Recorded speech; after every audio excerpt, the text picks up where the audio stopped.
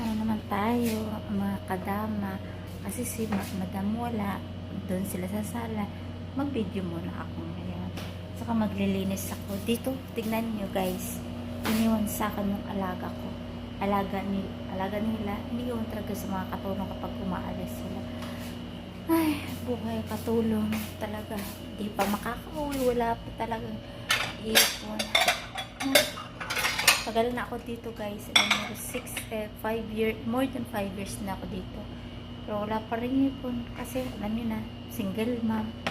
Talagang kailangan talagang kumayod. Ito.